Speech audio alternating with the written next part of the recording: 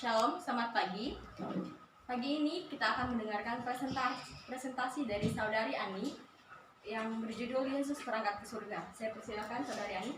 Terima kasih, saya akan mengabarkan makalah saya tentang Yesus naik ke surga.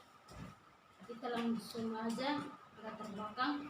Dalam hal ini merupakan kenaikan Yesus merupakan bagian yang sangat penting. Karena apa? Jika Yesus tidak naik ke surga, maka roh penghibur yang dijanjikan tersebut tidak akan dinyatakan. Kita ketahui juga bahwa disampaikan dari kenaikan Yesus merupakan bagian yang penting, namun lewat kenaikannya merupakan peristiwa permuliaan Tuhan Yesus. Tetapi ini juga merupakan permulaan pelayanannya, perbuatan bagi orang yang beriman. Ada pernyataan Yesus sebelum kematiannya dan mempunyai menguatkan. Berikutnya pembahasan ini dalam ayat-ayat klasik tentang kenaikan Yesus. Sebelum peristiwa kenaikannya, ada beberapa ayat-ayat klasik yang dipaparkan dalam kitab Injil, yaitu pertama kata Eperhen di dalam ayat 9 yang diterjemahkan terangkatlah ia, dan di dalam kitab Kisah Para Rasul 27 pasal 27 ayat 40.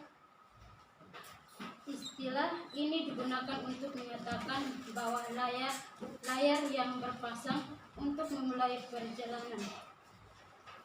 Berikutnya kata Hipelaben dalam ayat arti dari kata ini ia menyebut atau menopang dan diterjemahkan menutupinya. Dalam perjanjian lama arti dari awan ialah melambangkan kemuliaan dan kehindaran Allah. Dan dalam hal ini nyatakan sekaligus bahwa kenaikan Yesus juga merupakan hal yang disebut oleh hadirat dan kemuliaan Bapa, yaitu Allah sendiri. Kata Happy Leben ini juga digunakan pernyataan tentang kedatangannya kedua kali. Berikutnya kata perenomeno artinya naik.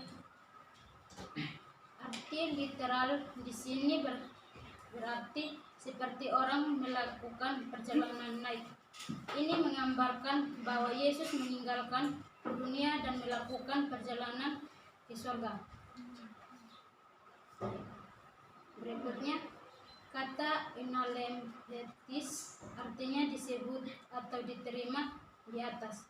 Ini merupakan klimaks proses perjalanan kenaikan ke surga. Berikutnya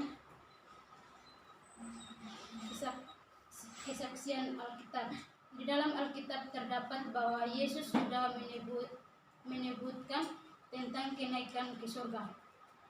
Dalam Yohanes 6 pasal 6 ayat 62. Dan ia pun menunjukkan bahwa akan pergi kepada Bapa untuk menyediakan tempat bagi orang percaya. Dan juga kenaikan Yesus ke surga bukanlah tanpa alasan pada kebangkitan dan kenaikan Kristus ke surga. Kebangkitan Yesus telah menunjukkan kemuliaan dan kekuatannya dengan lebih terang. Berikutnya kenaikan Kristus dari bumi. Murid-murid Yesus melihat kenaikannya saat ia terangkat dan disaksikan oleh mata mereka. Peristiwa ini tidak serta mereka kejadian yang langsung atau cepat terjadinya, melainkan ada proses. Dalam keberangkatan Yesus ada dua hal yang harus kita ketahui. Berikutnya kedatangan Kristus dari surga. Saat setelah keberangkatannya dari bumi ini, Yesus diangkat ke tempat mulia dengan Bapa, tempat ia berada sebelum inkarnasi. Kedatangan ini sesuai dengan perkataan Yesus mengenai peristiwa ini. Dalam Lukas 24 ayat 51. Berikutnya, makna kenaikan Yesus tidak berarti kini ia beristirahat dengan sepenuh ketenangan di dalam Roh Kudus, dan dengan perantaranya Yesus juga sekarang bertahan dan diam di dalam gereja dan bekerja terus. Kenaikan Yesus juga menjadi tanda bagi kita bahwa kita hidup di antara dua masa. Di belakang kita terletak masa melihat. Dalam Yohanes 1 ayat 14 sampai 1 Yohanes 1 ayat 1 sampai 3. Demikian juga masa depan itu. Berikutnya, kita masuk dalam kesimpulan. Alkitab bersaksi mengenai kenaikan Yesus dari bumi, dan juga Alkitab bersaksi mengenai kedatangannya ke surga dalam hal ini yang mau diambil oleh penulis. Kenaikan Yesus merupakan tidak layak di bumi. Saat yang paling penting bagi kita ialah melalui kenaikan Yesus Bapa yang di surga dipermuliakan di dalam Dia. Kenaikannya merupakan kembalinya Ia ke tempat kediamannya yang semula. Ia di surga. Saat Yesus didorong, apakah Ia tidak bekerja?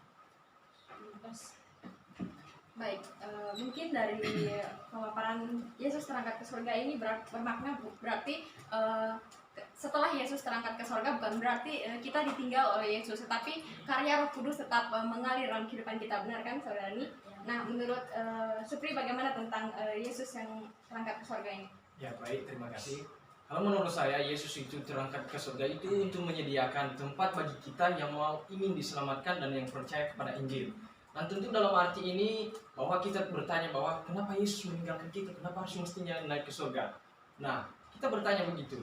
Terus sebenarnya Yesus itu bukan dalam arti selamanya dia tinggal bersama kita, tetapi akan kemudian dia datang seperti apa yang dikatakan pada Kisah Para Rasul pada ayat yang ke-10.